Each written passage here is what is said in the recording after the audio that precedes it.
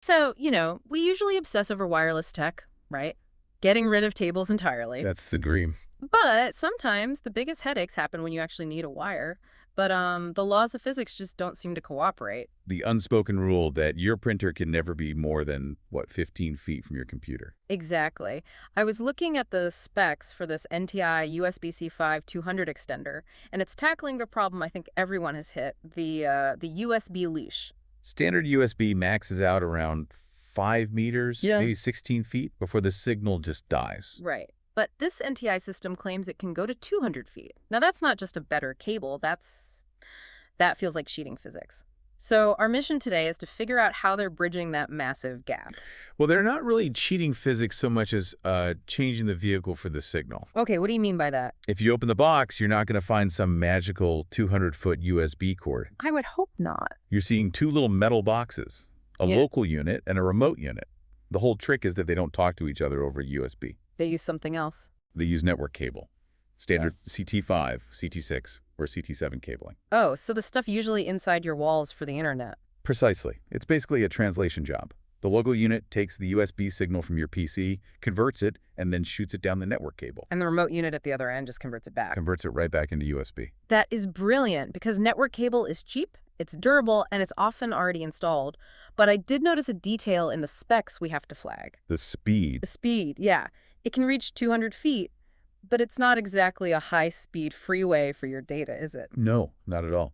The specs listed as USB 1.1 compliant. USB 1.1. I mean, we're living in a USB 3.0, even 4.0 world. That's retro. It is. We're talking 12 megabits per second at full speed, or even 1.5 megabits at low speed. So to be super clear for you listening, you're not buying this to connect a high-speed external hard drive or a 4K webcam. Oh, absolutely not. It would be agonizingly slow for large files. Yeah. But that's not who this is for. It's for human interface devices, right? HIDs. Exactly. Keyboards, mice, barcode scanners, maybe a touch screen.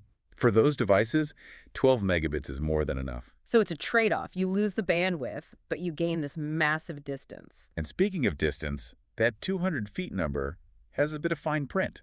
It does. It does. It depends on the cable you use. If you just grab a standard CAT5 or CAT6 cable, you're probably going to top out around 180 feet. Okay, so how do you get the full 200? To get that full range reliably, you really need to step up to CAT6-7 or CAT7 cable. Is that just a thicker wire, or is there more to it? It's mostly about the shielding. Over that kind of distance, electrical interference is a real signal killer. CAT7 just has much better shielding, and that protects the data for that extra 20 feet. That makes perfect sense. Now, looking at the hardware itself, the remote unit, the box that's 200 feet away, it's actually a hub. Right. It has 4 USB Type-A ports. So you run one cable through the ceiling, and on the other end, you can plug in a keyboard, a mouse, a scanner, and a printer, all at once. And I'm guessing that remote box needs power. You can't send enough juice for 4 devices down 200 feet of Ethernet cable. Correct. The local unit at the PC just sips power from the computer's USB port. But the remote unit needs its own AC adapter plugged into a standard wall outlet. The use cases listed on the page really clarify who this is for. They mention rugged steel construction. And that industrial version. Right, the USB-C5-200 IND. It can handle up to 158 degrees Fahrenheit. I mean, that sounds like it belongs on a factory floor. That's the sweet spot. Imagine a steel mill or a chemical plant. You do not want a delicate PC sitting next to a blast furnace. No, the computer would just melt. Exactly. So you lock the PC in a nice climate-controlled server room 200 feet away.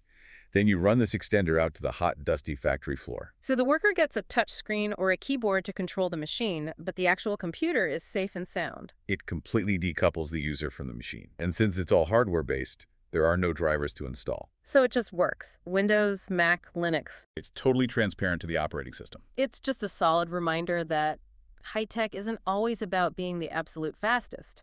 Sometimes it's just about getting a signal from point A to point B without it dying. Reliability over distance.